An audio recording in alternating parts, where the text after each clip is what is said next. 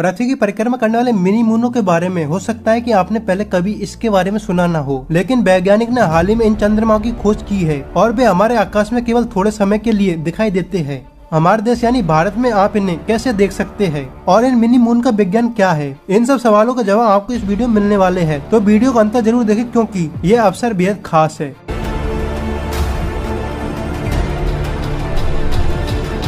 तो सबसे पहले ये समझते हैं कि मिनी मून है क्या। नाम से ही साफ हो रहा है कि चंद्रमा जितने बड़े नहीं होते। दरअसल ये आकार में काफी छोटे होते हैं, कुछ मीटर से लेकर कुछ सेंटीमीटर के व्यास वाले। ये छोटे खगोलीय पिंड होते हैं जो पृथ्वी गुरुत्वाकर्षण में फंस जाते हैं और कुछ समय के लिए हमारी पृथ्वी की परिक्रमा करने लगते हैं। ये मिनी मून आमतौर पर क्षुद्र ग्रह के टुकड़े होते हैं या अंतरिक्ष मलबे होते हैं जो हमारे ग्रह के गुरुत्वाकर्षण क्षेत्र में आ जाते हैं। लेकिन ध्यान देने वाली बात यह कि ये हमेशा के लिए पृथ्वी की चारों ओर नहीं रहते। एक समय के बाद ये या तो अंतरिक्ष में वापिस चल जाते हैं या पृथ्वी के वातावरण में प्रवेश कर जल जाते हैं। अब सवाल उठता है कि अगर ये हमारे चारों ओर है तो हम इन्हें रोज क्यों नहीं देख पाते। इसका कारण इसका छोटा आकार और कम चमक। इसका आकार इतना छोटा होता है कि इन्हें देखने के लिए आपको बहुत ही संवेदनशील दूरबीन की जरूरत होती है। इसके अलावा इनकी कक्षा भी बेहद अनियमित होती है क्योंकि पृथ्वी सूर्य दोनों के गुरुत्वाकर्षण बलों के प्रभाव में रहते हैं। वैज्ञानिक इनकी कक्षाओं का अध्ययन करते रहते हैं, लेकिन क्या ये इतने छोटे होते कि इन्हें परावर्तित प्रकाश को पकड़ना मुश्किल है। इसलिए इन्हें ट्रैक करना और इनका अध्ययन करना एक चुनौतीपूर्ण काम है। वैज्ञानिक उन्नत टेलीस्कोप और सटीक एल्गोरिदम का उपयोग करके इन मिनी चंद्रमाओं की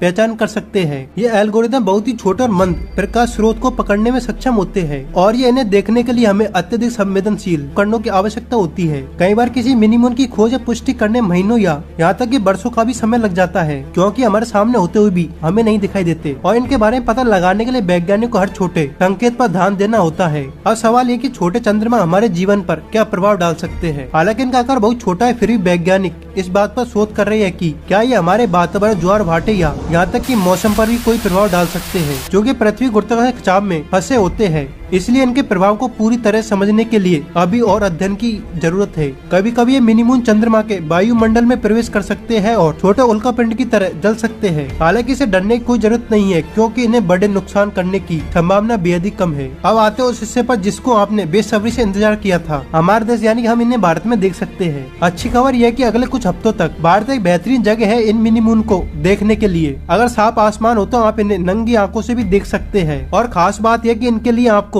किसी महंगे उपकरणों की आवश्यकता नहीं है। आप बस एक साफ आसमान, थोड़ा धैर्य और तेज नजर चाहिए। यदि आप सही समय पर सही जगह है तो आपको आसमान एक छोटी सी चमकती बिंदी की तरह मिनी मून दिखाई दे सकते हैं। मिनी चंद्रमा की कक्षा बेहद अनिश्चित होती है। वे पृथ्वी और सूर्य दोनों गुरुत्वाकर्षण के प्रभाव में होते हैं, जिससे उनकी गति और मार्ग का सटीक अनुमान लगाना मुश्किल हो सकता है। वैज्ञानिक लगातार इनकी स्थिति पर नजर रखे हुए ताकि हमें इनके बारे में सटीक जानकारी मिल सके। इन छोटे मून की विजिबिलिटी का समय और स्थान भी महत्वपूर्ण होता है और मैं आपको बाद में वीडियो में उन जानकारी को साझा करूंगा, लेकिन सामान्य तौर पर अगले कुछ हफ्तों में रात के समय में आप इन्हें देख सकते हैं, खासकर उन दिनों जब चंद्रमा नहीं होता या कम चमकता है। ये मिनी मून हमारे ब्रह्मांड का एक और अद्भुत रहस्य है। वे छोटे अस्थायी खगोलीय पिंड है जो कुछ समय के लिए हमारे ग्रह की परिक्रमा करते हैं और फिर अंतरिक्ष में वापिस चल जाते हैं। इनकी खोज और अध्ययन ने अंतरिक्ष विज्ञान के नए दरवाजे खोले हैं और वैज्ञानिक को इस बात की उम्मीद है कि ये मिनी मून हमें और भी कई रहस्यों का पर्दा उठाने में मदद करेंगे। और अगर आप भी इस घटना को लेकर उत्साहित है तो नीचे कमेंट में हमें जरूर बताएं। और अगर आप अंतरिक्ष से जुड़ी और जानकारी चाहते हैं तो मेरे चैनल सब्सक्राइब करें